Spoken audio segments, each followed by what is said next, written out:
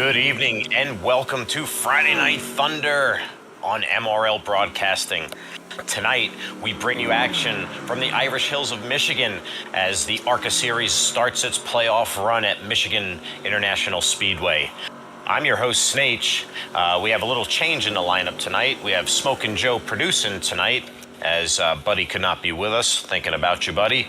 I have a new tag team partner for tonight's race, none other than Fast Louie himself. So welcome, Fast Louie, to the broadcast tonight. Good to see you, Louie. How are you? How you been, man? Thank you, Nate. Doing really good. I'm really excited to be here with you all tonight to call this race, and thank you for having me. Let's do it. Well, it's great to have you here tonight, and what better way to have a broadcast together than at a speed palace such as Michigan to start a playoff run. So we're going to see a lot of fast cars tonight, a lot of action here as we have a pretty hot track conditions, 117-degree track temp, and it's been steadily climbing. So. Louie, well, you know how that's going to affect the racing tonight. It's going to make it a little bit slick out there, wouldn't you think? Yeah, you're going to see a lot of cars getting loose, a lot of cars checking up because the car ahead of them's getting loose. You're going to see cars sliding all over the place, really. But it's going to make for an interesting race. Yeah, definitely. 76 degrees for the air temp. Talk about clouds maybe entering later as the race progresses, but really hot race surface out there today as we see the guys going around practicing right now. So, got a little bit of a recap of the regular season going on. We started back in April, and it just seems like a mere couple weeks ago at Atlanta Motor Speedway, the Legacy layout, where Michael Mata was the initial pole sitter, and Monday Night Series champion Colin Bollinger was your eventual inaugural ARCA Series race winner. And then we went on to a nice combination of tracks with Phoenix and then Auto Club. Then we tried our luck at Kansas, one of the 1.5 intermediate tracks, and a lot of chaos there as the draft effect was crazy for that race. Then short track racing, go to Iowa, a smaller speedway than Pocono, with its 6 turns, as somebody once posed it to me. That was quite interesting as well. And then we went road course racing, Louie. So, that was a great first half of the regular season. And why don't you take us through the back half of the season as we to explain how we got here? Yeah, after we left Watkins, we went to Dover. That made for a very interesting race, fun race. And then Chicagoland, and then to the Great Daytona International Speedway. That made for some good pack racing. And then Homestead ended the regular season at Talladega. And now we're entering the first round of the playoffs, which is Michigan. Yeah, but it was pretty interesting, the last 2 out of 3 regular season races being at plate tracks, the ultimate wild card in almost any form of oval racing. So that brought us to what we have here. We reset the points for the playoffs in the ARCA Series here on Friday night, and any postseason bonus points earned during the regular season through race wins and various other ways to bonus point your way in are added. So really a tight grouping, the top 12 separated by a mere 13 points. So, going into tonight at Michigan, everybody still has a firm footing, and anybody can just put a great string of races together to really point their way through. And Louie, anybody out there, that you see that really jumps out at you? You see Joe Volpus was able to secure the most bonus points as he had the perfect attendance, as did Steve Lewis, who without a win, both of these guys without wins, just really had great bonus point opportunities. So what are you seeing in that graphic there? I'm seeing a bunch of straight-up killers in this lineup right here. Every one of these guys can win on any given night. There's some really fast guys in the top 12 here. A lot of good racers, and I'm leaning towards a couple different guys, but we'll see how it plays out. We got a tough track next week, so. Absolutely. You know, you have a combination of guys that were very consistent that showed up week in, week out. And then you have a bunch of home run hitters there with multiple wins. Matt Novella being your series leader with 3 wins up to this point. So, yeah, anybody's guess. You know, a couple guys that are typically fast week in, week out. You know, you'll always have your eye on those. But you know, I'm looking further back at maybe somebody that might jump out and maybe put a streak together, get hot at the right time. But you know, that's to be seen. But keep your eye on Joe Volpus, as he is going to be your playoff series leader. We'll definitely pan in on him as we take a look at Brandon Guerin out on the track tonight.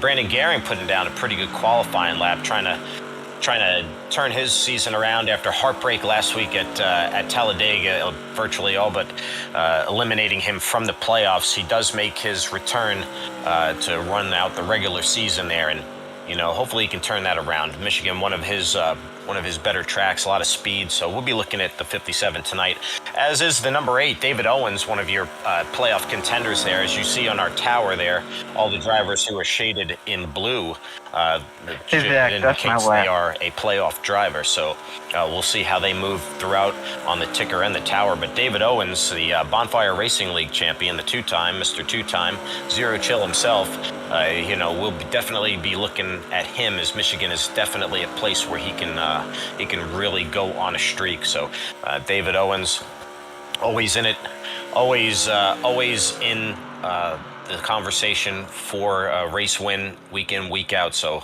we'll definitely keep our eyes on the 8 car tonight as well, as he does a celebratory spin there. Jay Stinson in the J Daddy 60. Louis, you know, Jay, always a very, very tough competitor out there week in, week out. Love racing with Jay. What do you see in his efforts as he mounts a playoff charge? He's just always fast everywhere you go. He's a good, clean driver, and he'll get it done his way. But going back to the 57 car, Brandon Guerin, he didn't make the playoffs, but he's fast at every track he goes to. I mean, yeah, so he's he'll get it figured out. He is. He's putting a lot of speed on the track, and he's really improving and elevating his consistency and his racecraft. So I'm excited for his growth, and yeah, that win is just knocking on the door. So yeah. After qualifying, Daniel Plant Smith, he puts down the heater to 38.933. You're just ripping it out there at Michigan on that hot, greasy track. Justin Parham, you know, going hunting trophies again. Justin Parham in that 99, Louis, he's always in the front week in, week out. You know, you just know he's going to be up there. So looking forward to seeing what that 99 is going to do around those playoff drivers. Joe Volpus in the number 6 elevates himself there. He'll be inside row 2. Tony Iverson on the outside, and 4 in the number 5 car. One of your Monday night regulars there. So good to see Tony Iverson out there in that 5 car tonight. Robert Babcock in the number 2 rounds out your top 5. As you look at 6, the DDI driver, Zach Panzarella himself in the 1 car, and David Owens in 7th. So David Owens with a top 10 qualifying effort. Matt Novella, another one in that 56, you know, your series race wins leader. You know, he's doing it by getting those dubs. So Matt Novella always fast at Michigan. So looking forward to see what he can do in the ARCA car tonight. Jay Stinson, just talked about Jay in that 60, the J Daddy machine. So he's in 9th. And Ricky Mandela Sr. in the 3 car. He rounds out your top 10, Louis.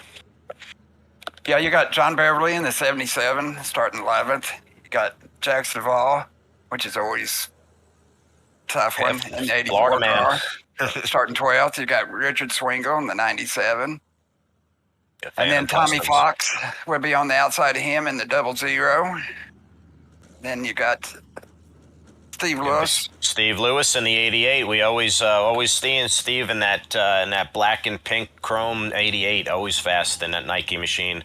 And then Brandon Guerin, as you said, right behind him in the 57. So right there in the middle of the pack. But you know, it's Michigan, a place where you can use that draft to your advantage, and you can start setting up those passes, and he'll be up front before you know it. Jack Sanders in 17th. Juan Delgado, the DDI driver, the rookie in the number 14 car, he qualifies 18th this week. And as we look deeper in qualifying, we'll see that Tom Lester making an appearance again in the 11. He's 19th, and Mike Benton, he runs out and he rounds out your top 20. Matthew Fritz, Kyle Anott did not put down a time. They'll be starting from the rear. Yeah, So you won't Louis, have to worry about those two, Matthew Fritz or Kyle Anott. They'll find their way to the front. yeah, and Fritz, another one. Fritzy always very racy, always fast, methodical. Yeah. So I enjoy watching him race as well. So he'll find his way up there in that white 95 machine. So as we referenced earlier, you see the pace car, the lights are off. We will go green this time, but on our scoring tower, you'll see drivers highlighted with a blue banner. The blue indicates that they are a playoff driver, so we definitely like that addition to our graphics so it's easier to follow. So you can see the guys in blue, what they're racing for a championship this season, and the rest of the trophy hunting. So we'll definitely keep an eye and we'll track their efforts tonight. So Louis, anybody that you have your eye on tonight? Any one of these guys. I'm nervous for them because I know it's slick out there, so I hope they all make it through, and any one of them could win. Absolutely. Pace car is off. Looking a little choppy here as we check the action. Daniel Plant-Smith leads them off, and we are green for Michigan on Friday Night Thunder, your ARCA series on MRL Broadcasting. Daniel Plant-Smith on the inside, Justin Parham on the outside as we approach turn 1 of this 2-mile D-oval. You have Joe Volpus in third there, followed by Tony Iverson outside of the number 5 car in fourth place. And Zach Panzarella right now in that Aqua 1 car rounds out your top 5. Look at David Owens on the bottom there. He's trying to make some time and use those runs. You get incredible runs here at Michigan, Louis. You just got to know when and how to use them. Yeah, and these cars especially, the runs are absolutely seem to be more than most cars. That's a common theme, the draft effect at a lot of these super speedways and these intermediate tracks. It just seems to be enhanced or just a little bit faster than other kind of cars that that we see race. So they'll be closing gaps pretty good. They're already entering at over 200 miles an hour, entering turn 1 here. So they're going really, really fast as we truck down the backstretch of lap 2. Plant-Smith, your race leader, Justin Parham in second, in tow with him. Zach Panzarella in third, takes the high line in through 3 and 4. It's a multi-groove racetrack, Louis, but as you see, Justin Parham gets a little loose. He's in the grass. Yeah, he ends up saving it. He makes a really good recovery there. That could have been really, really touch and go as you see the field navigate around and Delgado gets around him, as does Mike Benton. Really dicey there for Justin Parham, but he does make the recovery, so it's good to see we keep going green, guys. We keep going green. Tony Iverson looking to challenge for the race lead. He passes Daniel Plant-Smith on the backstretch as we turn 3 of lap 3. Tony Iverson, your new race leader, looking really, really fast in that Hendrick car is number 5 there. Nice little Larson-esque scheme. Very nice out there. Daniel Plant-Smith content to run second, and you have Ricky Mandela making a charge in third as he's got the high live going. Had Zach Panzarella working with him, and the J-Daddy machine in the 60 working with him as well, Louis. Yeah, I'm having a little bit of difficulties on my end. My screen is actually froze at the moment. So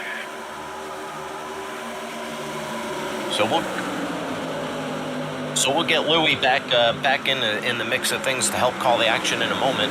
But Tony Iverson, your current race leader, lap 4.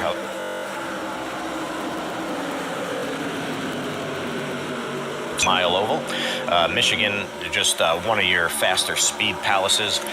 One of the more interesting tracks. If you really watch fast pack racing, and Tony Iverson holding off Ricky Mandela and Zach Panzarella to retain the lead as we're 5 laps around of 75 tonight. Yeah, I'm back, Snage. All right. Welcome back, Louis. So, thank you. Yeah, so these guys are really going at it. You see Tony Iverson's taking the lead. Ricky Mandela really leading the charge there in third with Panzarella behind him. Daniel Plant-Smith kind of drifting back a few spots on the bottom there, but he looks like he's going to have some help. David Owens is going to pick him up, and I think the 57 and the 77 of Garand and Beverly are going to try to follow and get something going on the bottom there, too. So Yeah, a lot of these guys are just riding, just trying to fill the race out, and then there's guys that's wanting to try to go to the front right now. I think so. And There's got to be a couple different strategies at play there. Iverson just wants to go flat out, seemingly, knowing that yeah, you got that fast repair in the pocket just in case something goes foul.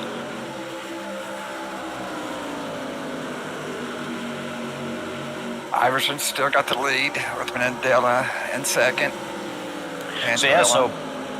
So Louis, I'm really excited to see Ricky Mandela, newcomer to the series, having a really strong run tonight, and Zach Panzarella.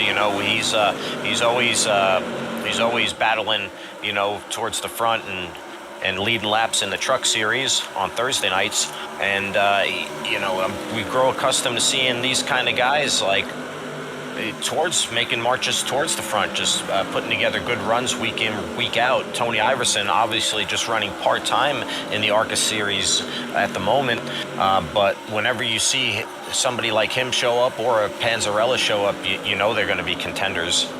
Oh, no doubt. They race hard every race. They race in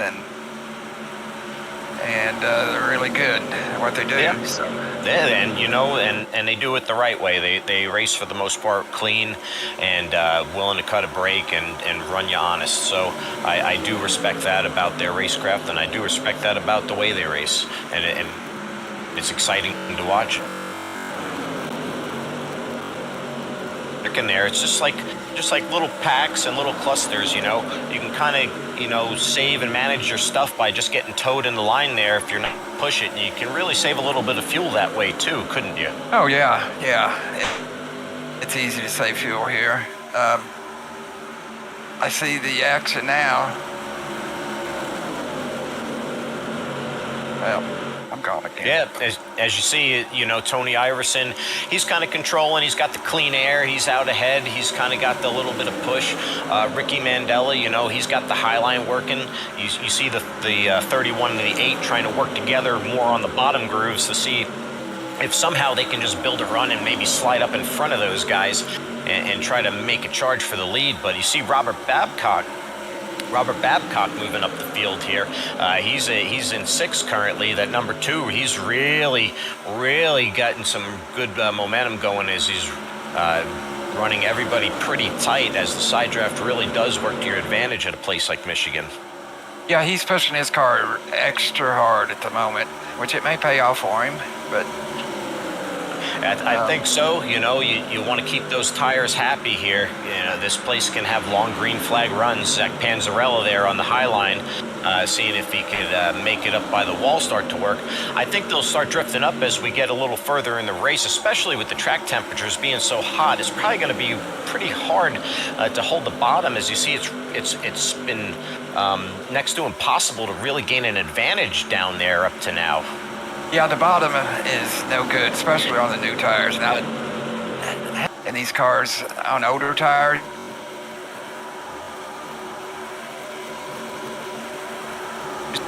the high line's the place to be for sure.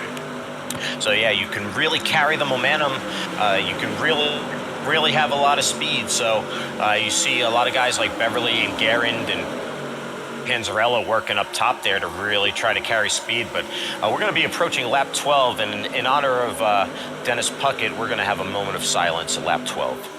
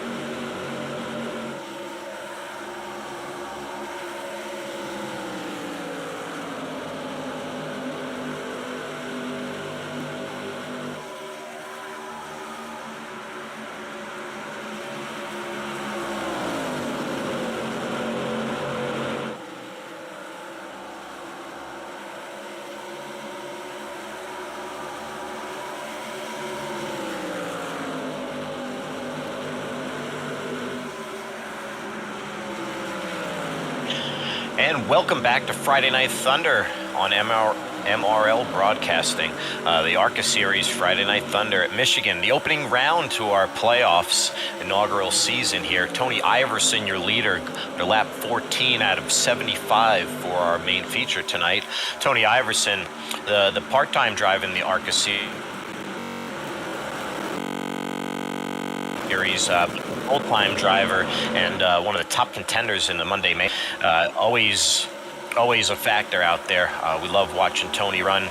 Always got a fast car. And, Daniel Plant-Smith battling with him, regains the lead there. So, these guys very, very familiar with each other, as Daniel Plant-Smith also runs in the Monday Night Cup Series. These guys always battling, always trying to make a run to the front. So seeing these guys lead the laps here, it's no surprise, Louis. These guys always know where to find the speed. Oh, no doubt. These two guys right here, if a guy like me would just follow them and learn from them, would be beneficial, because they're fast every week. They're clean. They know what it takes to win.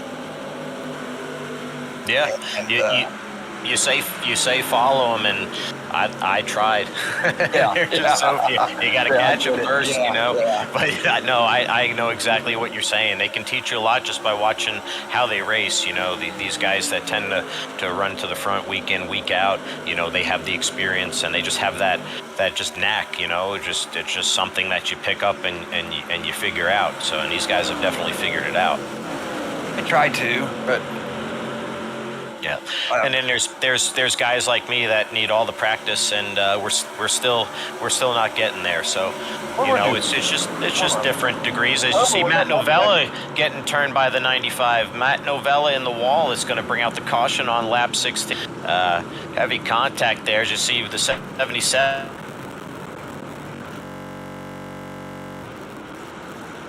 Fox says, I need to get out of jail really fast. So Matt Novella bringing out the caution flag. A lot of damage to that right front. Yeah, I see what happened. I don't know whether it's net code, some sort of net code, or... Yeah, they're just going, for the same piece of real estate, perhaps. And they get on that seam, you see how the track has the different seams to designate the lanes. You get caught on those seams, especially when the track's as hot as it is. It's like a hot knife through butter, and you might get yourself in a loose situation. Be honest with you, I'm surprised they went 17 laps without the first caution, because these cars are a handful. They definitely can be a little bit more easy to drive at times than other of the oval cars, but they definitely tend to plow tight, and so you can find yourself in a real sticky situation, as Matt Novella just found himself in to bring out tonight's caution. So that has heavy playoff implications. Also, Louis, is Matt Novella, in the playoffs, and you're trying to avoid using a fast repair if you don't have to. Yeah, we're still early in the race. He'll make his way back up there. He's really fast, but that fast repair, he don't want to use it right here if he can keep from it. Absolutely, those are like gold. You have a place as fast as Michigan is. Things can happen, and the outcome could be out of your hands, and you're left in a situation where you need it. So you see Robert Babcock stays out. Robert Babcock in the 2 car, he's going to be your race leader. And Daniel Plant-Smith, he's going to hurry up and grid back up outside to take the second position. We're very curious here. You got a couple different strategies to play. Babcock stays out. A couple of the other guys, stay out as well. And some guys do go in, so it's a little mixture of strategies at play here. Yeah, some taking fuel, some not taking tires. Yeah, I don't think most of the field took tires there. I may be wrong, but No. it been. I think Jay Stinson was the first one to take tires. So you only have 3 total sets, including the one that you start with set, only with 1 remaining. So he's meaning to make them last for a long run here and really take care of his stuff so he has a fresh set later in the race. Really, really, really on the window, I would assume, Louis. I would think that you would probably want to cut this race into a larger green flag or lap count before you would take that fresh set of tires. Yeah, they was only given 2 sets of tires, so yeah, I don't think taking tires here was the call, but we'll see. So for those that may have been involved in that last caution, they may have been forced to take tires. But for anybody else out there, it's just tire management. You know, the track's hot. You know, you guys they're all out there going super fast and using the draft, carrying high speeds. You don't want to burn the right front or maybe lean on the right rear too much. And you want to have something that you can count on for later in the run as you move up the track with the tire wear. So going to be curious to see as Robert Babcock's going to take us back green on the inside. Daniel Plant-Smith going to be on the outside as we're on the back stretch. So Brandon Guerin in row 2, Joe Volpis outside, Louis. So, you know, Brandon, he's very hungry for a win and a solid finish. Joe Volpis looking to, you know, pad that points lead as the playoffs open here. So, you know, a lot going on early in the race. Oh, yeah. Jack Stivall, he's made his way to the top 10, 7th there. So we got a Florida man sighting in the 84 Goldfish machine tonight. That Chevy SS looking incredibly snackalicious right now. As the pace car is off, we're going to be going green. Babcock leads them to the restart zone, and we're back in action as we go to lap 20 of 75 on Friday Night Thunder from Michigan International Speedway.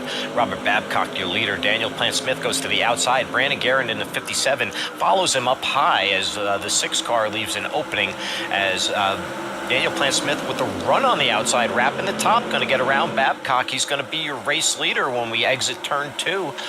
Will Brandon Guerin be able to clear him as well? Yes, the 57 clears him as well, as does the 6. The 2 falling back into the clutches without help on the bottom, as it is a high line dominant restart at Michigan, Louis. Yeah, the high line is definitely where the momentum's at. The low line, the car bogs down so much. It's just hard to get a good run off the low side. Hard for it to stick on that bottom, too. And on new tires or something, but these old tires, yeah, it's so difficult. So Daniel Plant-Smith, your new leader, as we get the restart turn 2, exit 77 with contact. Beverly gets loose, gets pounded by a couple of cars as we're under caution for the second time tonight. The 77 loses his mojo and his ride there as he wrecks in turn 2, a lap 21 tonight. Really such a shame. Michigan, another one, a guy like Beverly who's slowly trying to improve and get better as he goes on his iRacing journey. Michigan, one of his more compelling and preferred tracks. So that's not looking good for him as he's crab walking the crap out of that car. Look at that. Yeah, that car's done. It needs a fast repair for sure. That's just too bad. Oh wow, he spun out again. So yeah, so he's got a lot on his plate there, and you know, that's definitely some awesome B-reel material right there as Beverly loses it and then tries to have another wreck while he's under caution. And I think the 11 wanted to get down with the crab walk too. Look at Lester there, Louis. Yeah, his car's not too healthy either. That's unbelievable. Yeah, it was an instant fast repair as you saw the panels pop out. Zach Panzarella in for service, so I think Zach Panzarella going to check on his car, and maybe he'll take tires. I don't see the car getting jacked up, so yeah, he's maybe just fixing damage. So he's just going to be fixing some optional damage there. So Beverly collects a few in his wake as we're under caution for the second time, as he'll eventually figure it out and get to pit road, hopefully safely. But what an entertaining race so far, Louis. What are your thoughts up to now? It's slick out there. That's pretty cool. I mean, for a messed up car, I mean, Did he not use his fast repair? He's going to come back down. Maybe he should think about a career in drifting. I don't know, but he needs the ovals here. It's just these cars are fun to drive, but here They are. high temps, they do get loose and it's hard to save. And you try to push the limits, and you're just on a rail, and you just never know what can happen. So obviously he pushed too hard, so he and Lester go back into the pits, and I think Beverly is out of fast repairs, so I think he also had insult to injury there, so he's going to be under multiple minutes of damage, and that'll effectively end his day as he goes to the pits. So better luck next time, 77. As for the 97, Richard Swingle, he got a little bit of damage in that incident, but Richard Swingle, a series regular in that 97, Louis. Yeah, and this won't be the last time we see guys get loose coming out of the corners like that. You have a hot racing service, you have playoffs, you have a bunch of highly competitive drivers out there. It's a perfect combination. You know, it's not even a 2 or a 3-piece combo. It's the entire platter. It's amazing to watch. Yeah. Daniel Plant Smith is the leader. So one of our playoff contenders, Daniel Plant Smith in the 031 Pennzoil machine. It looks like he's going to choose the outside for the restart. Tony Iverson in that 5 car, he's going to be second. He'll be starting inside row 1. Brandon Guerin, the 57, he'll be inside row 2. And Joe Volpus outside row 2. So Volpus and Guerin, they look like they were working together pretty good at Talladega last week, Louis. So I noticed a little bit of that same chemistry here tonight at Michigan. So there's a little bit of a racing kinship there, as they can definitely trust how the other races, and I really like to watch these alliances and these kind of these friendships and racing. Camaraderie, how that goes with how guys work with each other. 2 really fast guys. They're both champions, I think. Yeah. Well, Volpus a champion. Yeah, Guerin the champion back in console days, but Guerin definitely going to be a champion here one day. I know that. He's going to be hungry for one, so he'll get it. But Volpus, he is a champion in MRL, and always very smooth, very precise, all these guys, like very methodical. Each has a different way of getting to the front, Louis, but it's just incredible to watch how each approaches it to get there. And pace car is off, so we're going back green again. Lap 24 to be lap 25 here as Daniel Plant Smith fires off clean on the outside, leaves Iverson and Volpus in the dust. Daniel Plant Smith, your leader, lap 25 of 75 tonight on it. Friday Night Thunder from Michigan. So, Daniel Plant Smith with a clean break in turn 1, Louis, there. He's going to tow everybody around. You have on the bottom, Volpus up on the top. It looks like the 5 is going to clear the 6 for second. Joe Volpus in third. And you have Ricky Mandela behind him in the 3 car. Yeah, sometimes you get too big of a lead and they run you down and all that momentum, they go right by you. But yeah, the clean air is golden anywhere you race. But you see a place like Michigan where you have multiple grooves. You see Tony Iverson trying to go where Smith is not, and also trying to use the draft to his advantage at the same time. So he's setting them up on the outside, and really easy to reel him in. It's a 2-car breakaway on lap 26. Iverson sizing up Smith for the lead. As he goes on, race him here. And a little bit of Steve Lewis loose. Steve Lewis going to hit the wall. A little bit of light contact on the inside wall to bring out our 3rd caution of the night. Steve Lewis in the 88 involved. I saw a couple other cars involved as well as a chain reaction to that incident, but I think Steve Lewis with the most damage out of that. So we'll go have to check and see how badly that car got scuffed. But caution again, lap 27 of 75 tonight from Michigan International Speedway. The ARCA series here on Friday Night Thunder, presented by MRL Broadcasting. been a great race so far, Louis. You know, a couple cautions. I like to see a long green flag run here, but I know that the track's temperature is still holding around 117, so full sunny skies. So the grip is in short supply. It seems out there as the 88 got loose. Yeah, the track temp keeps going up, and I believe if there was a paper bag in the car with him now, he would put it over his head. And you see the damage there to Zach Panzarella. He was already fixing optional damage. The nose completely gone on the #1 machine of the DDI Chevrolet SS. So Louis, to your point, yeah, so he might have had a couple paper bags in his way, as I think he's going to have to use fast repair at this point, because that car is going to be aero no good. Yeah, he's definitely going to have to use his fast repair. So Zach Panzarella looks like he got the worst of it on that one. The noseless #1 car is going to have to get that car refitted and reset, as we see many of the leaders definitely going to take advantage of this on pit road. This might be the time, Louis, where we're going to see most of the guys take their first set of them. Yeah, here on lap 28, I believe it's time, and I think everybody will take tires here, except Stinson. He was the first car to take tires on the last caution, so him, and I believe there was one or two more others that took tires on the last one. Yeah, the J Daddy 60 Chevrolet SS. You know, there he is lurking, Louis. You know, in 6th place, just minding his business, just having a good fast run.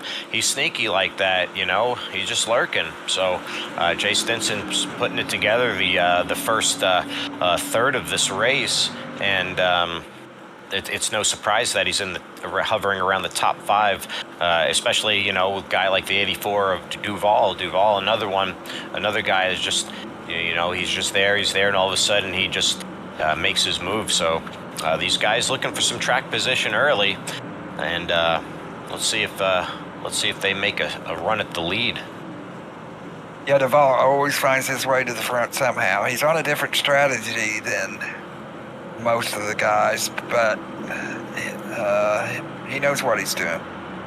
Yeah, he definitely he does things differently, and he does that purposely. Oh, and yeah. It always seems to put him in a position for a strong finish, if not for the win. So, you know, the experience, his method to it works, and I think he's just trying to see what the front's like for now. I think maybe ride with the leaders up here, maintain the track position, and then hope for a long green flag run, and then be with these leaders for perhaps the money stop and go. So I don't know what he's thinking, but it could be Iverson. He decided to take the inside. He'll be your leader on the race restart. And look, Ricky Mandela Sr. up there in the 3, Louis. You know, it's good to see him up front. As we see leader choice, Iverson demanded the outside under comms, so we got that cleared up. So he changes his mind because he stated it clearly, so he's going to start outside, and Mandela will be inside. So to my point, Louis, the 3, you know, Ricky Mandela Sr., a newcomer to the series, having a strong run up here outside P1 here, as we're going to go back green, you know, for what could be a long green flag run. So what do you think about Ricky out there? He's having a great race, and yeah, he's going to restart here in 3rd. It's going to be pretty exciting. So another one, you know, look at Juan Delgado on there outside row 2. Juan Delgado, you know, we're used to seeing him having these good strong runs, and here he is up towards the front. So very excited to see Juan up there having a good run thus far, keeping the car clean. And Kyle Lynott, you know, full timer in most every other series we run.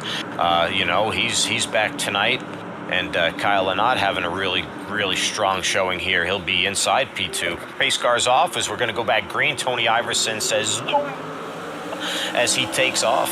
Ricky Mandela is trying to catch him, getting a shove from Kyle Lynott, get that car up to speed.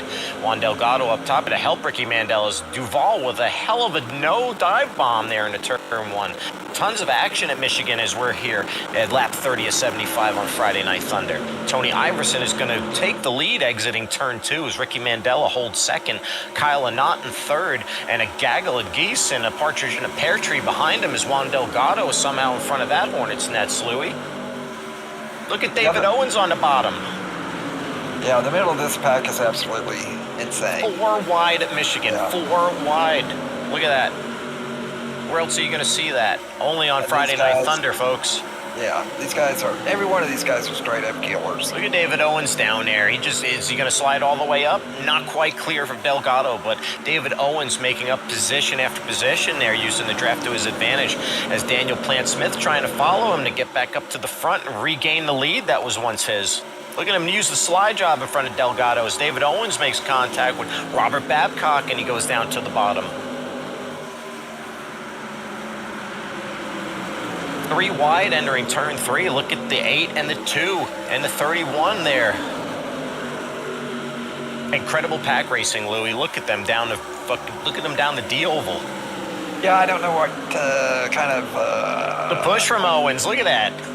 My screen is froze at the moment, so I'm trying to refresh. So Louis going to refresh his screen, and Robert Babcock goes all the way down to the bottom to make it 4 wide in turn 2 at Michigan. Gets Lynott loose. Lynott saves it as Robert Babcock stays to the bottom. Trouble avoided as Juan Delgado looks behind him. Is it safe? Is the coast clear? Tons of chaos down the backstretch. Yeah, that's a good save by Kyle. Yeah, that was something else. So really getting racy. They're really getting racy here at Michigan. Freaking pushing Mandela.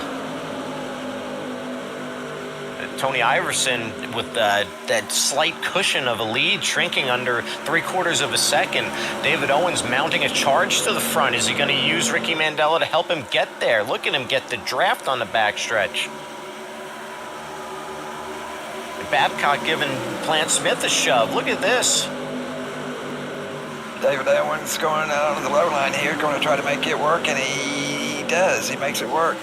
He got to slide right up. That was beautiful. David Owens using the momentum the runs at Michigan can provide to his advantage. And then he cuts and blocks the air as he goes from top to bottom, controlling the action behind him. He's eventually going to settle back up so he can run the high line and get that good run and bite off the corner entering turn 1, Louis. Yeah, they're going to have to line back up and try to run Iverson back down here. I think the best way is if they can get a freight train working together, and they want to go 3 wide instead. To your point, David Owens kind of like arrow blocked at this point, you know, just managing the gap unless he can find a way to make some ground if Iverson maybe makes a mistake. But there is strength in numbers if other cars can work with Owens. But it looks like Owens has separated himself as they're just still going 3 and 4 wide behind him. Yeah, they're really fighting for that 3rd place. Yeah, I mean, track position is a big thing at a place like Michigan, but there's plenty of time remaining. I feel like if you just work together and then sort out who's faster a little bit later when you get caught up to the front, that would be the best strategy. Wouldn't you agree? Yeah, we're only on lap 35 of 75, 40 more to go, so... Yeah, so we see more action there. Plant-Smith trying to take the air off of the 2 to try to get the run on him using the side draft. Rob Babcock blocks, a little bit of contact there in the D oval. Easy, guys. Did you see both cars recovered as Babcock and Plant-Smith, a little harrowing moment entering the D oval there just a few seconds ago. It looks like they're going to stay separated as Garand is going to try to make a run here. He's going to go on the backstretch and let the 31 go and follow him. So they're going to try to make the bottom work as Babcock stays in the middle and David Owens ahead of them. And it looks like the 2 cars loose. The 2 car a little bit loose, slides up a little bit, extra lane. Oh. And he comes down on the 31's nose and he goes for a ride, goes for a little bit of a landscaping expedition. The 2 brings out our caution here tonight on Friday Night Thunder at lap 37. Yeah, from what I've seen there, the 31 couldn't avoid that at all. He was holding his line and looked like the 2 car just It definitely looked like the 2 car was kind of pinching the 31 a couple times there in the laps leading up to that. You know, you see David Owens get by both of them, and then the 2 and the 31 kind of go at it a little bit, and ultimately the 31 stood his ground, and the 2 came down, and the contact occurred. I mean, These How cars, many, how many breaks can you cut somebody, I guess? yeah. These cars are so aero dependent, I guess you should say. When you get up beside someone and get really close to side draft them, you have no control. It just kind of pushes you into the other car a lot of times. And I've noticed that sensation too. They almost kind of really plow, or Yeah, like or the dirty air. magnet, or- The dirty air sucks you up like a magnet. It creates quite an effect, and that could have been a product of that kind of racing too. the 2 car was getting loose, and he was just, I don't know. So after the 31, the 2 make contact, the 2 takes a little spin. He'll have to get that addressed in the pits. We're under caution again. Lap 38 of 75 tonight. Tony Iverson, your race leader. Tony Iverson making a nice Friday night appearance here. He's definitely going for the W tonight as David Owens fakes him into pit road. We'll have a few takers. I see that white and red machine. So Matthew Fritz in the 95, he's going to come down for service tonight. Matthew Fritz having a quiet night, but in the top 10, Louis, he's going to concede a few spots to get a little bit of service here. But he's quietly putting together a pretty good night. Yeah, he's fast, and he'll make his way to the front somehow. I think he's just trying to take it easy right now and save his car. And he may have used his faster pair earlier. I'm not sure. So I think if he had to have used it earlier, then that would definitely lead to a more conservative approach. As we're just past halfway, and you want to really take care of the car. So good strategy. Just being methodical, just staying in the draft with the majority of the lead pack, and he'll know when it's go time. So expect to see him make a march to the front before this is all said and done. Yeah, without a doubt.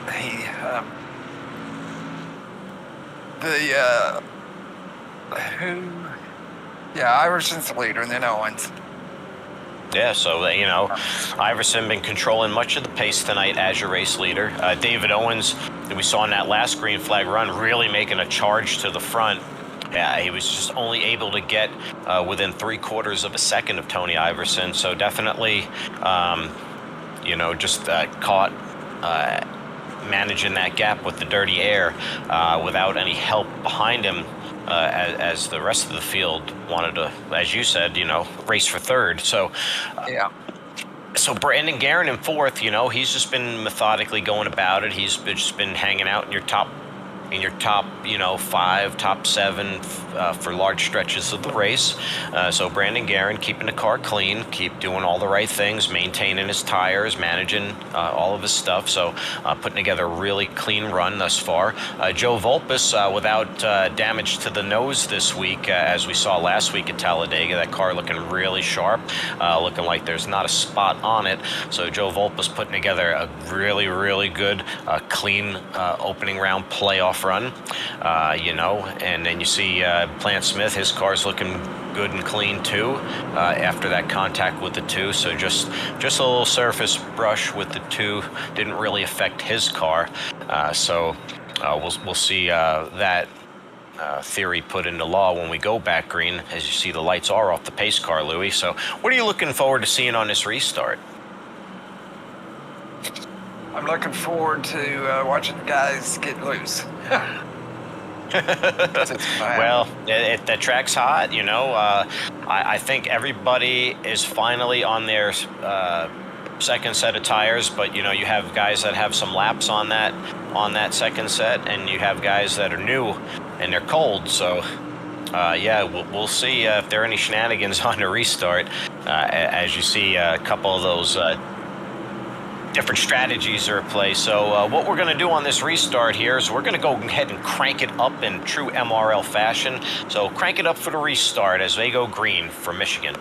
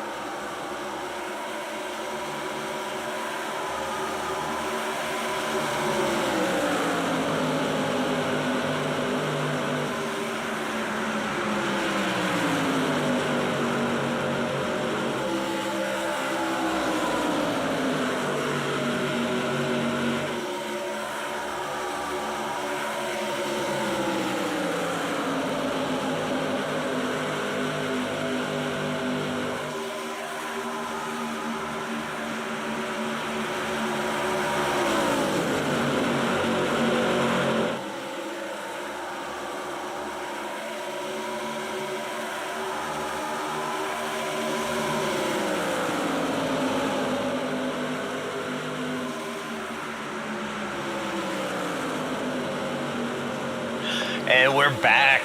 We're back from the Crank It Up. Look at that incredible restart. Tony Iverson, your race leader once again, as Daniel Plant-Smith mounts the charge and is in the second place, wants to reclaim the race that he was once leading at points as well. And Brandon Garand and Joe Volpa's making it spicy up there with Jackson Duvall rounding out your top 5. Matt Novella, after that early caution, is making his way back up near the top 5 as he's currently running in 6th place. David Owens is mounting the charge. He's going to fall in right behind him in 7th. Ricky Mandela and Steve Lewis are swapping positions for 8th and 9th, and Kyle Lynott rounds out your top 10. Incredible action tonight for Michigan, Louis. I'm excited by every lap that we're racing green tonight. Yeah, this is exciting racing for sure. And I noticed with Iverson how he's keeping the lead and keeping control of this race. It may just be what I'm getting off of it, but he's running the middle lane and in the corners, and it's creating some type of wind or dirty air or something on the second, third place cars where they can't build up a run. So yeah, so as we see there, he was in like lane 2, 3, straddling there towards the bottom. And he's just been middle and low right here. So we'll keep an eye and see if that's something that he continues to do. As you see Plant-Smith and Duvall there challenging him for the lead right now. We got a little 3-car breakaway for the lead. Tony Iverson has company at Michigan tonight on that restart. Daniel Plant-Smith, really the hard charger, and Jax Duvall on new tires, your last possibly to take new tires. He is coming, ladies and gentlemen, as we got a battle for the lead. Smith on the bottom. Iverson is able to carry the momentum on the top. He'll retain the lead and slide under as Duvall goes underneath, and he goes into the slipstream of the 5-car to mount a run as Jax Duvall going for the lead from Michigan tonight.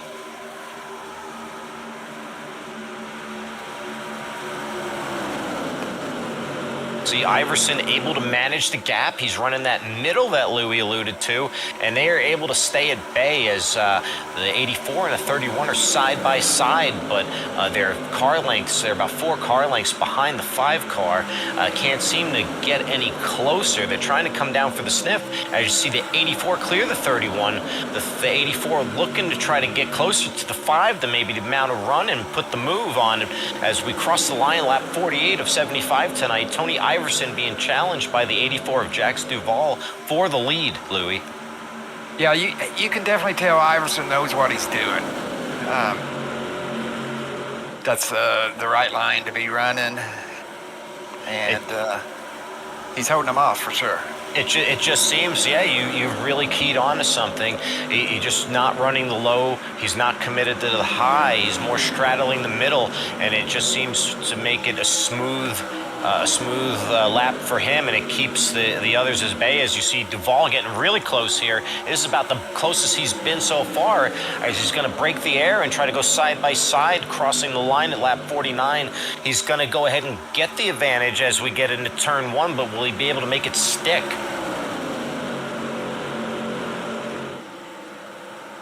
And just side by side, a little bit of contact. The 84 gets loose. He's sliding. Caution is out. Oh. Is he going to save it? Everybody gets by as the 84 locks it down. 84 gets a little bit of loose as he was challenging the 5 for the lead there in turn 1 and just lost it on the exit. That's a product of I think what we've been kind of alluding to all night, Louis, with the that dirty air effect and the way these cars go, and also the slick racing surface as well. Yeah, he was definitely going for it, and I think he just went for it a little too hard. And he had the freshest tires of the field. We were heard over the radio, so he was definitely going to use it. Everybody else had at least one heat cycle in those tires, and you could see the advantage. Plant-Smith, he had really, really healthy tires as well as he navigated his way through the restart. As you saw, he went through traffic and was up there trying to challenge Iverson before the 84 entered the picture. So, yeah, I'll keep my eye on 31 as well. And things are about to pick up as we go green here. We should have, what, 22, 23 to go? Probably have 23 to go when we go green. Yeah. So, you know, you're got to ask yourself a question. If you take tires now, will this go green to the end? No. Well, Tony Iverson and the leaders are entering pit road. Will they be taking tires, or is this just a splash and go situation? I think there'll be a couple guys that take tires here, but I think that most of the guys might think it's too early. Maybe right sides, perhaps, dare I ask? I don't think so. Well, we follow Tony Iverson. Let's see what happens with his pit stop. 5 in clean, goes in for service.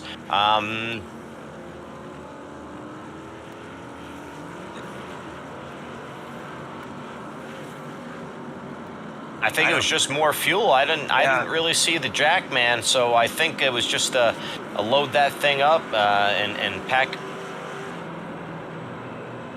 So a couple guys staying out. Kyle Lynott stays out. Jack Sanders quiet tonight in that Exalta Chevrolet 25. He stays out, as does Jax Duvall. Despite taking a spin, perhaps his tires are in good shape, and there was no damage to the car. So Jax Duvall elects to stay out, and the 77 makes its return onto the racetrack, although damaged and underpowered. We'll see how that 77 machine holds it together, just going out there for laps. David Owens and Joe Volpis there. So Louis, 25 to go. It begs the question, is this going to be our last caution? I don't believe so, because most of the guys don't believe so either, because they didn't take tires there. Speaking of Sanders, the Colonel, first time we're mentioning him tonight. He's always he's been having a quiet night, so probably just kind of staying out of trouble and just kind of riding along tonight. So yeah, you're right, Louis. That Exalta 25, you know, used to seeing Jack week in, week out. Somewhere in that top 10, you know, he's always putting together a solid run, and never count him out. You know, he's sneaky. He's a sneaky one. He'll get there and he'll take a victory away. We've all seen him do it. So Jack Sanders, look for him to do some stuff on the restart here. Lights are off the pace car, so Louis, we're going to be going back green here in a moment. Kyle Lynott's going to be on the outside. Sanders on the inside, and then you have Duvall and Owens row 2. So very curious to see what's going to happen here, as some of the guys behind them just took fuel only, and maybe some of the guys in the very back elected to take some tires. Yeah, it's getting about go time, so now 23 to go. So yeah, so we'll be 23 to go when we go green here in a moment for Michigan on Friday Night Thunder. You know, it's one of these kind of like wild card races. It's not as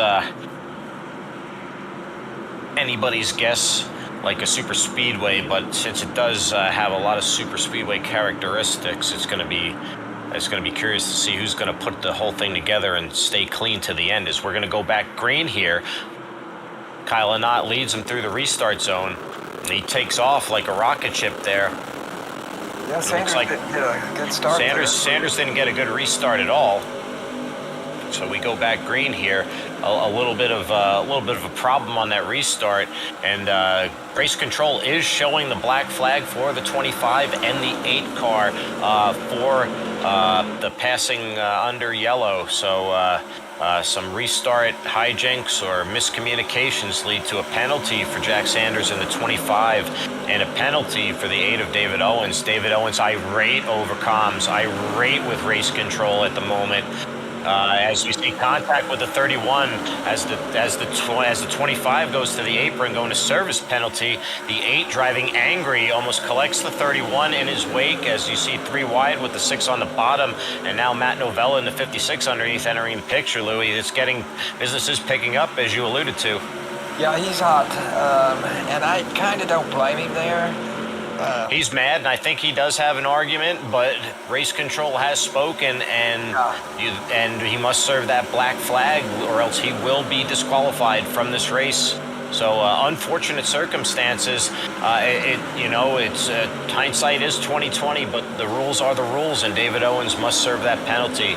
Really heartbreaking because he was having a car that was capable of being up front, challenging Iverson and Plant Smith for a win tonight. So he's gonna need some help if he expects to have any hope in this race. But he needs to serve that black flag soon, and I mean right now. Well, he's already seen Sanders take the pit road to serve his black flag, but yeah, he's going to have to pit this time by, or... See a little bit of contact there with the 88 and the 97 and the 3, so they got a little bit bottled up. David Owens on the high side, will he be coming in? It looks like he's not making a gesture to enter the pits this time. His contact almost with the 60 and the 88. 88 drifts down to the bottom. It's loosey-goosey out there for Michigan. As you see Delgado under the 8, taking a look under the 60 to dive into turn 1. And it looks like the 60 is going to carry the momentum on the outside as it's really treacherous down there as the track temps heat up and the guys are just really going for it at this point in the race with 20 to go tonight, Louis. Yeah, and I'm afraid they're going for it a little too hard. Yeah, you're really going to be heating the tires up at this point. Are you going to have anything left for the end? I know that some people still have a set in the piggy bank, but David Owens loose. Contact, and the 97 finishes him off. David Owens gets super loose there. Your caution's going to come out again. So he's going to go down pit road here and avoids a major incident, but does have contact and does spin. Causes our caution to come out once more with 19 to go. David Owens, the 8 car, the latest victim of a racing incident. Yeah, I believe that he had to pit this lap, or I believe it was pit or be it was pit or be disqualified, and he would have been removed from the session. He was lobbying his case with race control and league officials, and they doubled down and said the rules are the rules. And you must serve your black flag. So David Owens, at that point, compelled to come down pit road and serve his penalty, ends up making contact and brings out the yellow. So it kind of was insult to injury, and David Owens' night getting a little worse, Louis. Yeah, the 97 Richard Swingle, he had nowhere to go when he made the contact with Owens. No, it just wrong place, wrong time, I think, And you could clearly see that Owens got loose, but I'm just kind of like, I don't know. So David Owens going to have to come back in and around again, get some more repairs done to that vehicle as he needs to get a healthy reset and just focus, take a deep breath as the 84 is going to take tires. The car is jacked up. He's going to go get his freshies, and he's going to take 4 tonight. So he's thinking 18 to go. It's time to make that move. Duval taking 4. Looks like Novella taking 4. I think Tony Iverson is taking 4. So Louis, I think everybody's putting all the chips into the center of the table with 18 to go tonight. I believe everybody took tires there, and no need to take fuel as there's plenty to go. Fuel run was roughly 36 laps, I believe. So plenty of gas to get him to the end and possible overtime. So I think it was 4 freshies, 4 General Lees. Daniel Plant Smith is in control of this race, though, at the moment. Yeah, so with Daniel Plant Smith, no stranger to the lead tonight. That Pennzoil machine is led laps tonight, looks strong, been really racy. Avoided a serious incident after the contact with the 2 car earlier in the race. Still finds his way back to the front. So look for Daniel Plant Smith to be a definite front runner for the win tonight. Kyle Lynott, another one, raw speed. He'll send it in there. Brandon Guerin behind him, hungry for that win. Putting together an awesome performance tonight. Joe Volpus, your playoff leader, he's hungry to get his first win of the season. And there's Jay Stinson. So, it's It's a murderer's row up front, and as I mentioned, look who's behind Stinson. It's Matthew Fritz. So all the guys are here. You know, I think everybody's got their party invites, Louis, and I think it's time to jam. Time to go. It's going to be go time. So lights are off the pace car. We're going to be going back green with 16 to go. I hope that we can keep it green, but the way business just picked up, these guys are not cutting each other breaks, and I think we might be in a position where cautions breed caution. So fingers crossed, announcers curse, and we're going to go back green here, Louis. Be cautious, because you're exactly right. Cautions breed cautions. They just get too bottled and bunched up, and then everybody tries to do Superman moves. Well, and then most of the guys are on fresh tires too, so. So we got guys full of courage with fresh tires, plenty of fuel, 17 to go. So, you know, business is definitely looking to pick up. Daniel Plant-Smith elects to take the outside the prevailing line at Michigan. Pace car is off as we approach the restart zone. Daniel Plant-Smith breaks away as we lead and go back green. 16 to go on Friday Night Thunder from Michigan. Daniel Plant-Smith, your race leader in the 31. The 988, Kyle Anat, slides up behind him as you see Brandon Garand in the 57, followed by the 60 of Jay Stinson down on the bottom. Daniel Plant-Smith takes that middle line that we kind of see Tony Iverson using on the restart, and he just drives away from the rest of the pack. So I think there's a little secret being revealed at Michigan, Louis, as he gives himself a little bit of lead as the 988 is trying to reel him back in. Clean air is so rewarding as far as the car goes. It's you can do that. But yeah, he's got the right line. Oh, there's a caution. So we're under caution once more as we just missed the action. Tony Iverson involved in an incident, bringing out our caution with 15 to go. We're just going back green, and I think there was a little contact back there, and Iverson went for a little spin, but the car looks pretty clean, so hopefully there's not too much damage there as Tony Iverson, who's leading the most laps up to this point, in caught up in an incident, bringing out our caution with 15 to go. So very interesting, Louis. So Tony Iverson has got a little work to do. Definitely being back in the pack, you know, you kind of are subject to what goes on towards the back of the pack and gets collected there. It's really no place to be. But I don't know whether that was someone getting loose in front of him or he got loose. We didn't quite get to see. But he'll recover. I think he'll recover. I don't see any real damage on the car, so it might just be a situation where he's got maybe a smidge of optional repairs. As you see Kyle Anat, he's going to put on some right sides here, so he was still on older tires, so he elects to take his final set with 14 to go. So Brandon Garand also getting some tires. He puts on his final set. So you got a couple guys that are going to have slightly fresher tires when we go back green, Louis. So a little more strategy at play.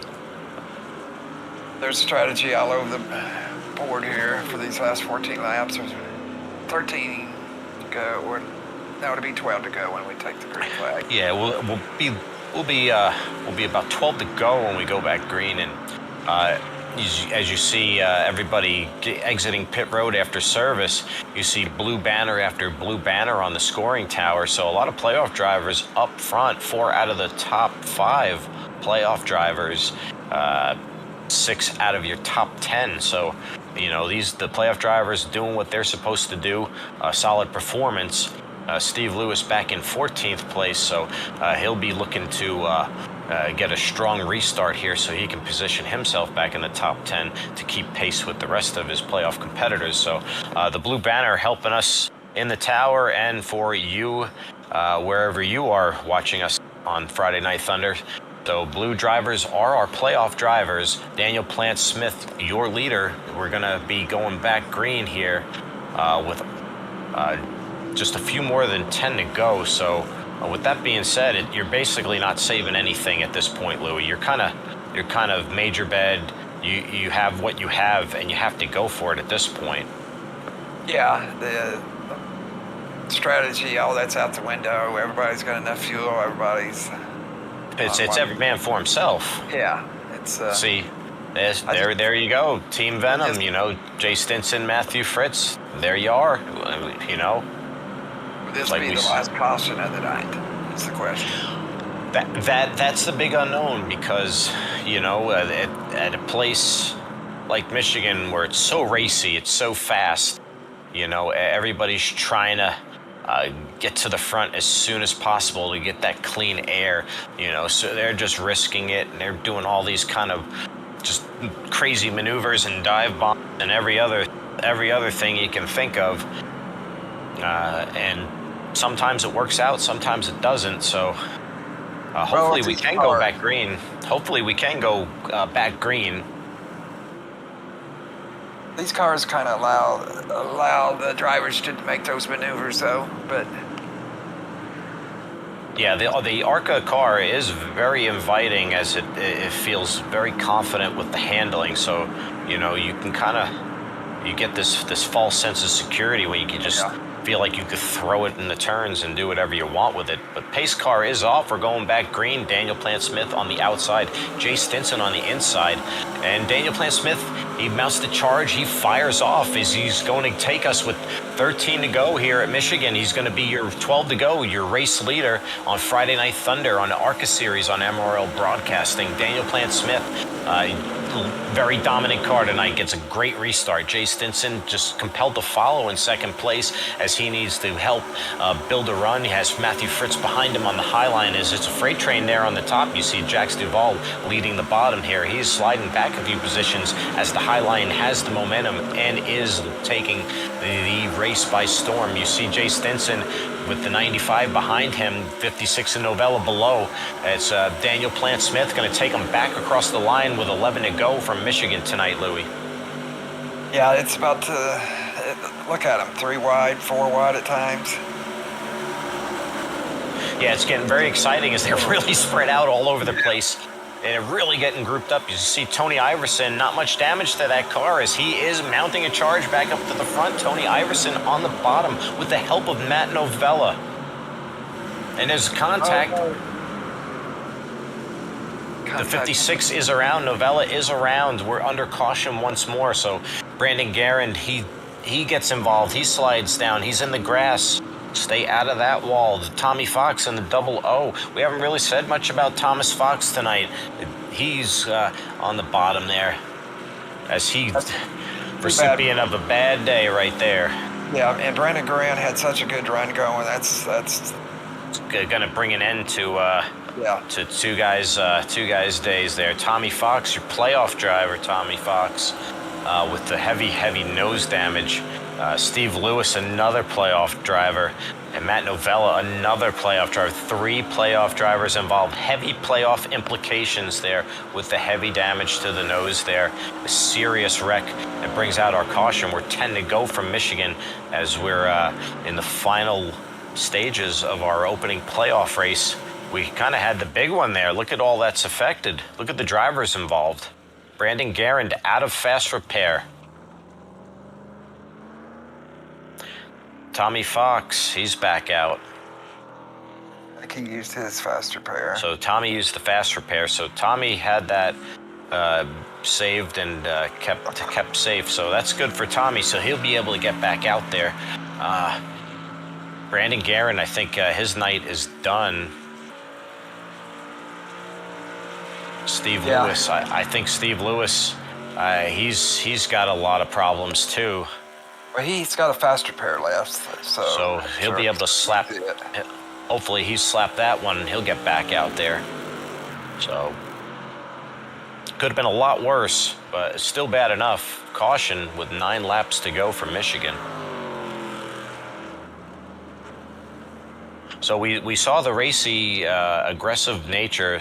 Steve Lewis is going to exit the pits. He slapped that fast repair on. He is good to go. So Matt Novella, it looks like Matt, he's going to have to work on that damage. I don't think he has a fast repair. So Matt Novella, he's going to really take a hit in the points for this. Really going to hurt him. He may go lap down as a result. That's too bad. Be nice if everybody had a clean car to finish these last few laps off with, but yeah, it's just a product. Just a product of the racing. That Oakley machine was looking slick. It was looking fast. And, you just get caught up in a little bit of dirty air. Somebody gets a little loose. Somebody kind of comes close to crossing your nose, and it's too late. So it's just one of those racing deals. In the waning laps, you get more desperate. You're trying to get all that you can. Very well capable of winning the next 2 races. So... Yeah, so Matt Novella, he's your series leader in wins with 3 this season. It's not too inconceivable to think that he might be able to peel off a couple in his playoffs and maybe salvage an unfortunate performance here and kind of mask that and make up with race wins. But that's to be seen. He's gonna have to try to just limp that car to the best finish he can. Daniel Plant-Smith is going to be your race leader. He's going to stay on the high side. The high side is where the success has been. Jay Stinson on the bottom, he's going to really have to have a great restart and try to put the dirty air on Smith and somehow hopefully, stall him and get a run himself. The bottom's just not been easy to make moves. He had a bad restart the last restart. So, kind of interested to see how he does this time. But that bottom lane just may not take off very fast down there. Yeah, it's just a little bit of... It's just hard down there, It's just not a lot of grip down there. So you see the guys sticking it up top and the guys a little bit lower. It's just, you just see them moving up the racetrack. So they kind of have to get out of it.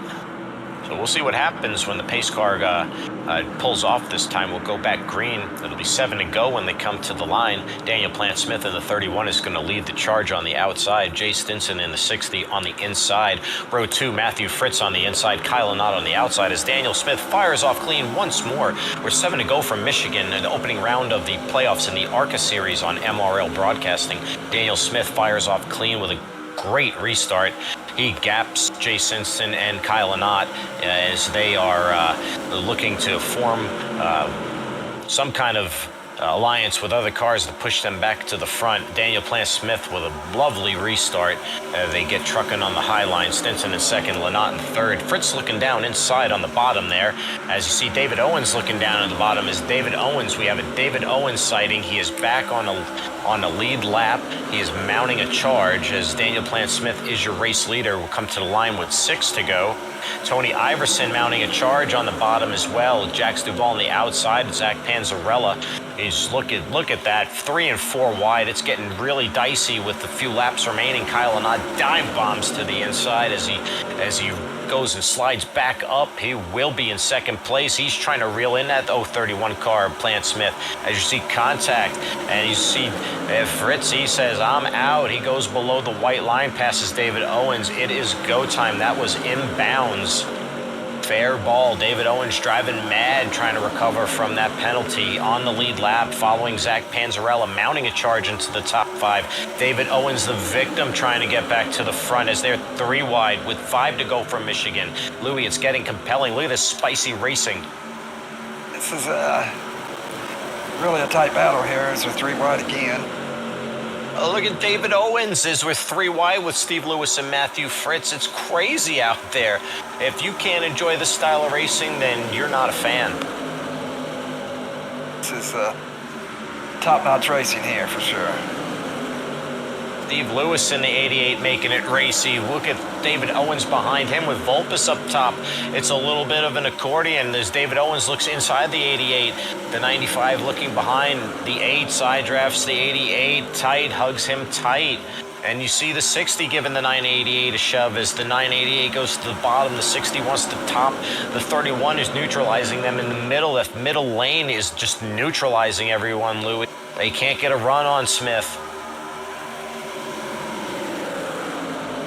Look at Tony Iverson. Look at Iverson on the bottom. Look at the 84. They're coming. This is going to be definitely a fantastic finish. Tony Iverson with an amazing recovery. He's into the top 3 after he has spun and brought the caution out just a few laps before. Tony Iverson in the 5, making his charge back to the front where he led so many laps today. He is coming, folks, as you see Lynott and Smith side by side. It's just letting Tony Iverson back in the picture. 3 to go as we exit turn 2. Iverson wraps the top. He's giving Daniel Smith all he can handle. He's saying, I'm here. Lynott just has to tuck behind in 3rd as you see David Owens mounting a charge on the bottom with Duval on the 84 on the outside. The action's really picking up. Look at the 6 and the 88 and the 95. The heavy side draft as the 84 drops to the bottom to go inside the 8. They were really close. I think there may have been a little contact there. There was very close to the 8 and the 84. Heavy side draft, more contact. More contact. He straightens the 8 out as the 8 and the 84 make heavy contact. The 8 really aggressive there. The 84 equally as aggressive. They're both going for it. Owen slides to the back. I think that his hopes of a race win are fading as Daniel Plant-Smith is still retaining your lead. Iverson and Lynott, they're tied in a battle for 2nd. We're coming to the line. There's going to be 1 to go when we cross the line. 1 to go. Daniel Plant-Smith, your leader from Michigan. Look at the battle for 2nd, Louis. Iverson gets by Lynott. Yep. Daniel Plant-Smith takes him in through turn 1. Goes through the exit at 2. If Tony's going to make a run, here it comes. Tony Iverson, he's looking. Lynott giving him a shove. Iverson diving in turn 3. He's going. He's side by side. Just a little bit of contact. They keep it clean. A little bit of contact. Heavy side draft. A little bit of contact. No. It's a photo finish. It's a photo finish. Daniel Plant-Smith by 8 thousandths of a second. 8 thousandths of a second. What a finish. Photo finish. Daniel Plant-Smith, your race winner at Michigan to open the playoffs on Friday Night Thunder. What a hell of a race, Louis. Yeah, you can't get a better finish than that. That's, no, that was... That's compelling racing right there. A little bit of contact, but more heavy side draft. You know, they kept it reasonably clean. I really like the way that those two kept it together. And Smith with just a nudge. So Daniel Plant-Smith, your race winner tonight from Michigan. I do hear that we do have our runner-up on that photo finish available tonight. Tony Iverson, your 2nd place finisher in that 5, that Hendrick Cars Chevrolet number 5 SS in a photo finish. Tony, 8 thousandths of a second, man. 8 thousandths. Incredible. Yeah, that was a hell of a run. It was a lot of fun too. So walk me through that. You know, you were caught up in an incident 2 cautions prior where you had the spin. You had to make a recovery, work your way back through the field. You know, what's going through your mind? Are you hoping for more cautions, or are you hoping it to just stay green so you can just kind of work your way through the pack and get back to the front? I mean, it's got to be a lot of emotions going on at the moment. Yeah, I think there was 1 too many cautions at the end for me there. I think if I had a lap or 2 more of green, then I would have been able to get back to the front. You know, Lynott was in 2nd place with about 5 or 6 laps to go there. And he was in 2nd that whole time. So when I got to him, you know, he was telling me to work with him. But in my mind, I'm sitting there thinking like, hey man, you had 5 laps. Like, and I'm here now. So, and then things got a little racy between me and him. And that slowed my momentum just enough. And, I think it slowed me a little more than 0.008 of a second. So, certain things worked out the way they did. But all in all, I felt that, I always find solace in feeling like I brought the fastest car. So I just kind of take that home. And, second place is the first loser when I'm in my mode. But when the dust settles and I take a look at the race and everything, I realize that, I had fun and it was a good time. Well, it was absolutely fun to cover this race tonight, and anywhere you're racing, you're always up there. You always have a fast car. You're always very consistent and highly competitive. Being that you've run the ARCA car a couple times now, what are your thoughts on the series and maybe future participation? It's really just any Friday that kind of clears up for me. Normally I work 9 to 9 on that day. So I end up just kind of waiting to check out the broadcast the next night. But I didn't like the ARCA car at first, but I feel like they've slowly been improving it and making it a little more of a driver's car. And I think that showed with the race tonight. Yeah, it looked like an incredible time down there, Tony. We really appreciate you taking the time and answering a few questions and giving us a little time on the broadcast. Louie, Fast Louie, do you have anything for Tony Iverson tonight Yeah, before I we have let one him question go? for you, Tony. By the way, that was a heck of a move on the outside around Kyle to take second place, by the way. But, oh, yeah, I was wheeling. Yeah, that was a heck of a move. But what kept you from not maybe pushing him on up the hill a little bit? Was you afraid you was going to lose momentum there, or? No, me and him always race each other clean. That's the way to be. And, he hasn't done anything to piss me off. So usually with that, I try to keep it that way. Yeah, as far as racing goes, like I want to be the aggressor, but I don't want to be the one to throw the first punch. That way, if I win, I know I won on driver ability. And, like if he does something to me, then I'm going to give it back to him quickly. But he was trying to convince me to work with them. And like I said, I didn't say it in the chat, but I felt like he already had the time to make a move and it hadn't happened for him. So I felt like he needed my help. And that, in that scenario, I just felt like I could get around both of them. And yeah, I was 0.8 of a second wrong. Definitely was a fun race, and it was great having you come over to the Friday nights. Anytime that you come over, it always makes for a great finish, and we thank you. Yeah, so a final thought before we let you go, Tony. Michigan seems to be a track for exciting finishes for you. You had the incredible one in the Monday night series with Colin Bollinger. And then here we are in the ARCA series with another exciting finish. Maybe not as much contact with Daniel Plant Smith. So that was exciting racing as usual from you. And, we definitely appreciate you having you here tonight. Oh yeah, for sure. I wanted to race Plant the way that I thought Bollinger should have raced me when the roles were reversed. I could have ran him up into the wall. I was definitely loose enough to do it, but I figured just a little door bump down on the way to the finish line was a little more appropriate. And yeah, the same thing like with Lynott. I love racing against Plant. We haven't done each other wrong, and he's probably one of my favorite post-race conversations in Discord. He cracks me up. So yeah, it was a good time. He is a character. Anybody you want to shout out or give thanks to before we let you go? Oh man, yeah, I just love the league so much. I love racing.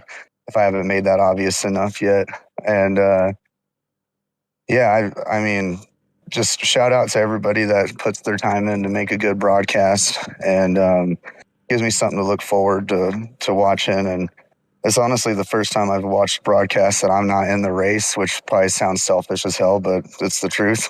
And yeah, and then, shout out to everybody involved on the Monday night as well. I can't wait to get back on track in the next gen, and I look forward to the Auto Club race coming up this Monday. Well, we appreciate you taking out the time, Tony. Thank you for being a part of what makes this thing great and what makes it go. So, Tony Iverson, your second place tonight, almost, Tony. We'll kiss the bricks Yeah, the next time, buddy.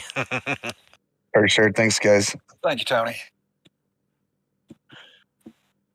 All right, so that was Tony Iverson, your second place finisher, and we have our race winner tonight. So your race winner, Daniel Plant Smith, in a record finish for the ARCA series. Your race winner to open the playoffs tonight, Daniel Plant Smith. Welcome.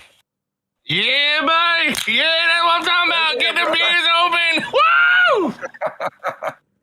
Oh wow! See, that's the excitement that makes MRL exciting.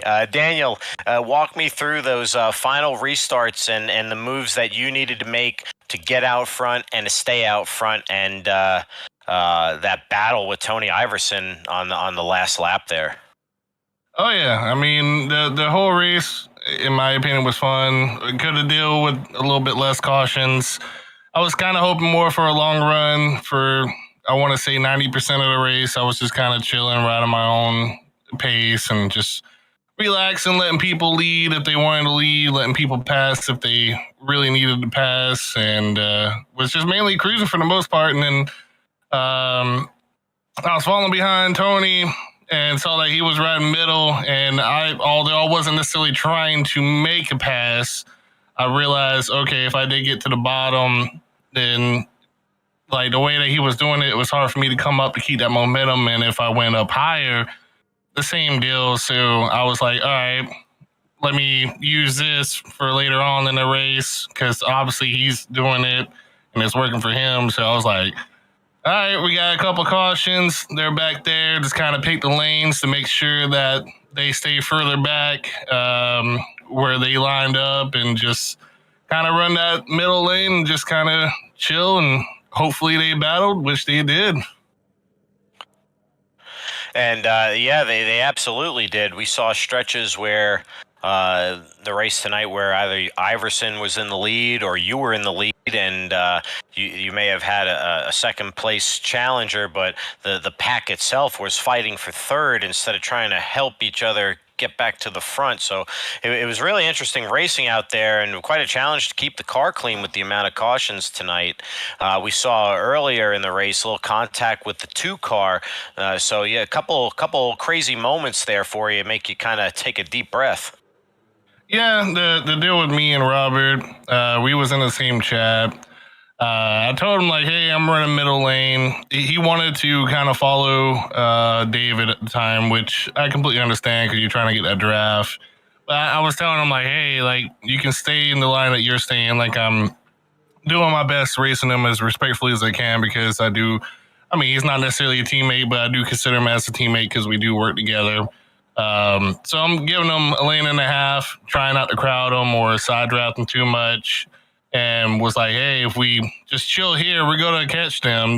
We just got to stay patient. And he just kept wanting to go to the bottom. I told him a couple times, like, hey, like, I'm not going to the bottom because that's scrubbing off speed and using your tires up more than what you need to do.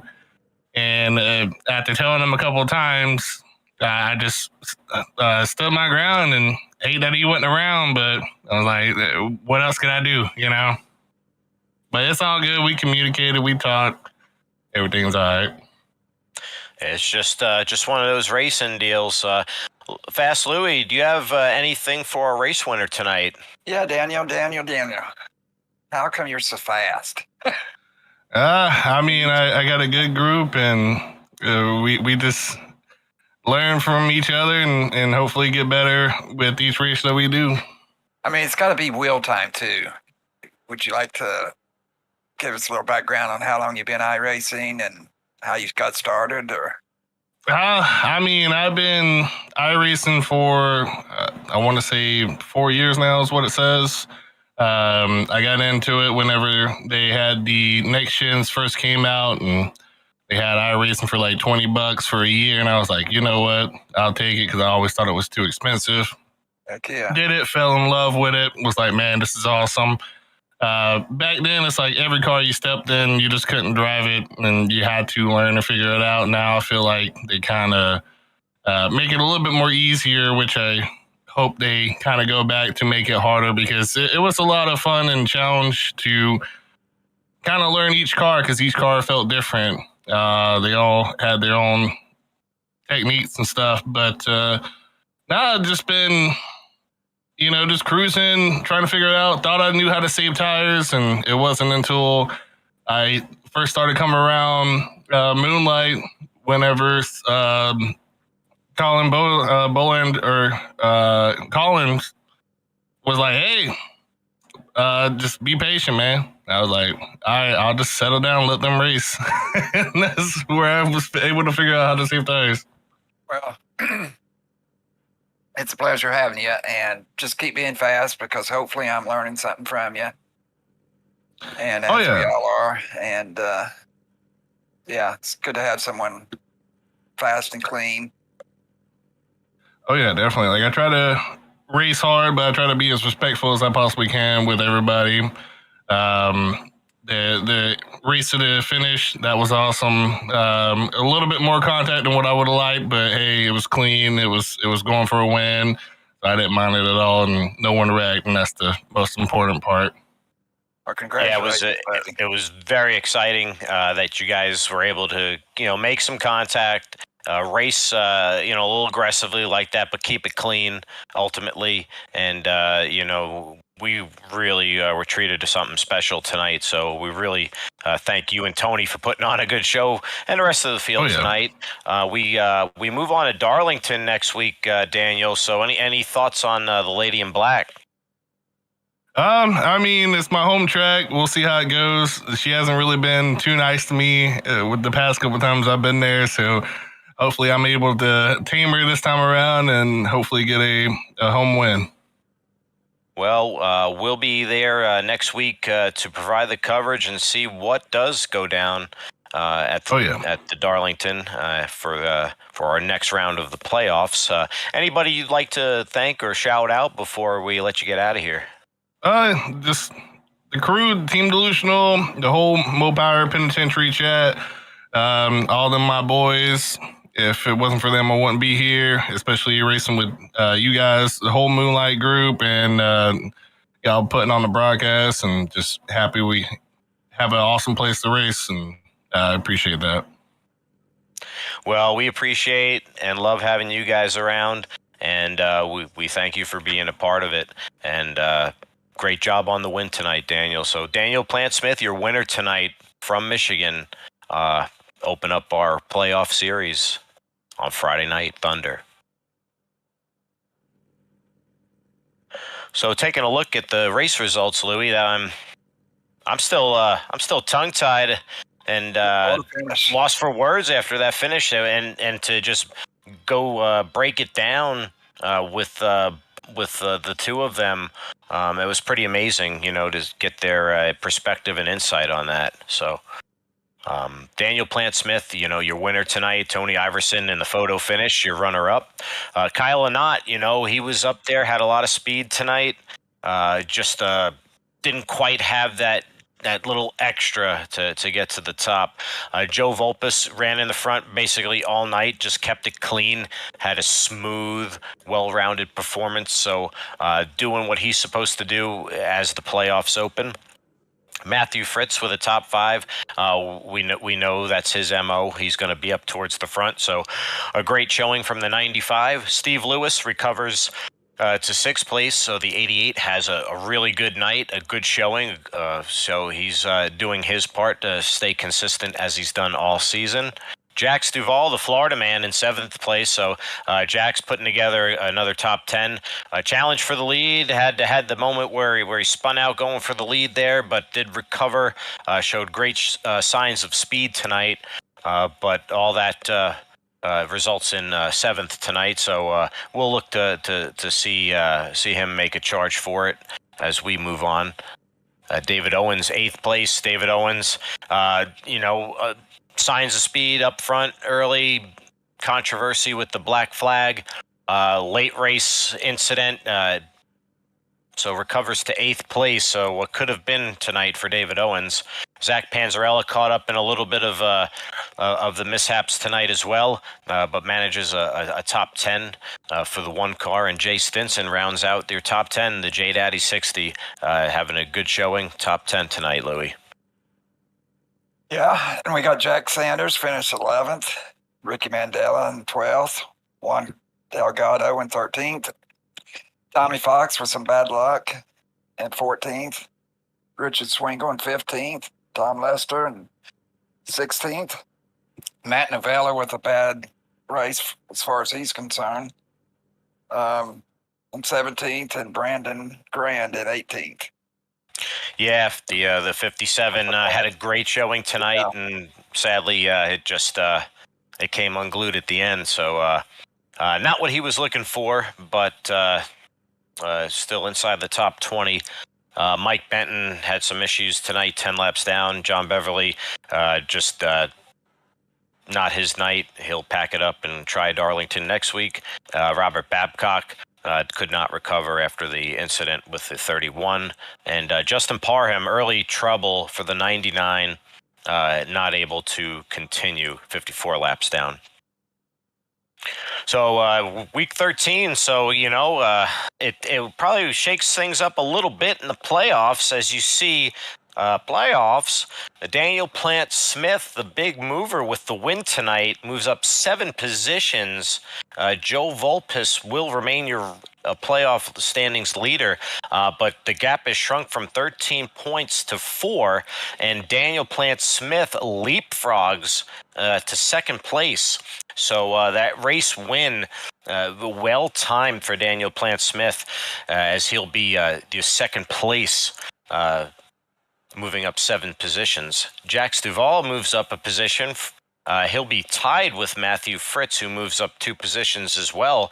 So that podium right there is really spicy. And they're only 11 points behind Volpis.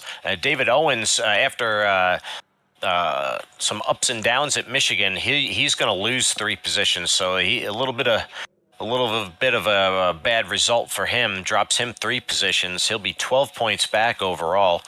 Steve Lewis also loses 4 positions due to strong showings from Daniel Plant Smith and Matthew Fritz. He's going to drop down 4 positions into 6th. Jay Stinson moves up 5. Jay Stinson in the J Daddy machine, a consistent and good showing tonight, moves him up 5, so he nets some good positions. Tommy Fox drops down 2 with that race trouble. Zach Panzarella does move up 1 position. Matt Novella with his misfortune, he's going to drop down 4 to 10th. Buddy Sully not here tonight, so he dropped down 5. So he was definitely a big loser on the scope of things. And then Rayshawn Wingfield, Mr. Walton, he missed the race as well, so he's missed out. He lost big too. He lost out a lot with the MIA. So Daniel Plant Smith, your big mover, and Joe Volpis in your point leader, as we're going to move on to Darlington next week, Louis. So we're going to Darlington next week. What are your thoughts on that? Well, it's one of my personally worst tracks. I despise that place. I never have been fast there, but I know that there's a lot of guys who love that place, and it's definitely going to be one race that separates a few guys, I do believe. So we'll see. So the Friday Night Thunder Series going to go round 2 at Darlington. The Lady in Black for at a crown jewel track under the lights. So it's going to be very exciting. It's going to be very difficult, and we're going to really look forward to how that race is going to play out. So final thoughts before we get out of here, Louis? Yeah, I just want to thank you all for having me. This is not in my comfort zone to be doing this. But I had a great time. It was a fantastic race. And I just want to thank you all for having me. Well, we appreciate you hopping in the booth on short notice and taking the time to just talk about some racing and enjoy some good racing. So, Fast Louie, we appreciate you joining us tonight. For Smokin' Joe, who's on production duty tonight, we appreciate you being a man of many hats, Joe, and we appreciate your contribution to the broadcast tonight. So, for Fast Louie and Smokin' Joe, I'm your host, Snake, and this has been Friday Night Thunder on MRL Broadcasting, and it's either go fast or get past.